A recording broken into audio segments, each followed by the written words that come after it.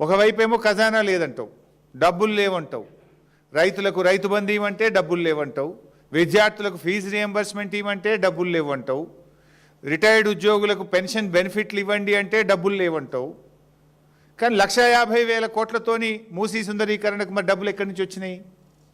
అంటే నీకు రైతులంటే నీకు మనసు రాదు, రిటైర్డ్ ఉద్యోగులంటే నీకు మనసు రాదు, ఎస్సీ ఎస్టీ బీసీ విద్యార్థుల స్కాలర్షిప్ ఫీజు రియంబర్స్మెంట్ డబ్బులు ఇవ్వమంటే నీకు మనసు రాదు. ఎందుకంటే నీకు అక్కడ కమిషన్లు రావు.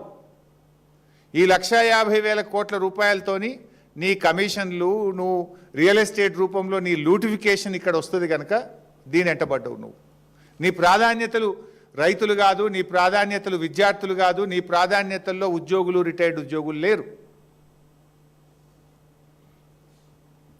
ఇంకో దిక్కు పైసలు లేవంటావు, మిస్ వరల్డ్ పోటీలకు 100 కోట్లు ఖర్చు పెడతావు, 100 కోట్లు పెట్టి నీ క్యాంప్ ఆఫీస్ కట్టుకుంటావు,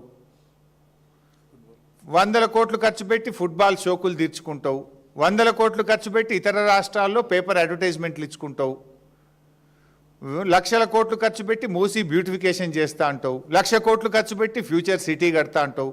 మరి వీటన్నిటికీ పైసలు ఉంటాయి కానీ పేద విద్యార్థులకో, రైతులకో, మహిళలకో, మహాలక్ష్మి ఇవ్వడానికో దానికి ఎందుకు డబ్బులు ఉండయి? అంటే నీ ప్రియారిటీస్ వేరు. నీ ప్రాధాన్యతల్లో రైతులు లేరు, ఎస్సీ ఎస్టీ బీసీ విద్యార్థులు లేరు, నీ ప్రియారిటీలో ఉద్యోగులు లేరు, మహిళలు లేరు. ఇవాళ నువ్వు ఇంత అర్జెంటుగా 5 స్టార్ హోటల్లో అయ్యాలో ఏదో పీపీటీ అంటున్నావు, డిపిఆర్ అంటున్నావు, అది కూడా క్లారిటీ లేదు, గందరగోళం అంతా. అసలు చర్చ జరగాల్సింది ఎక్కడ? మూసీ పరివాహక ప్రాంతంలో ఉన్న ప్రజల మధ్య చర్చ జరగాలి. ఆ ప్రజలలో ఉన్న భయాందోళనలు తొలగించాలి, ఆ ప్రజలకు ఉన్నటువంటి అనుమానాలను నివృత్తి చేయాలి.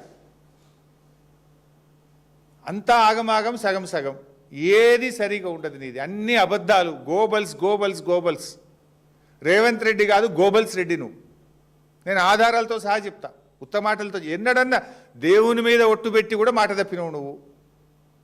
మొన్న మిర్యాలగూడలో మున్సిపల్ ఎన్నికల్లో పోగానే మున్సిపల్ ఎన్నికల తెల్లారే రైతు బంధు పైసలు వేస్తా అని కూడా మాట తప్పినవు. నువ్వు మనిషిగా ఒక మాట మీద ఉండేటువంటి ఇది నీకు జీవితంలో లేదు, రాదు. నీకేదో వెనకట శాపం ఉన్నట్టుంది.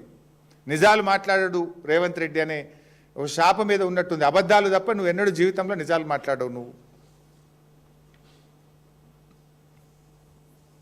మూసీని నిజంగా శుద్ధి చేయాలి, మూసీలోని మురికిని పారదోలాలంటే నువ్వు ఎస్టీపీలు ఫస్ట్ ఫాస్ట్ గట్టు, గోదావరి నీళ్ళని తెచ్చి, కాళేశ్వరం నీళ్ళని తెచ్చి మూసీలో నీళ్లు వెయ్యి.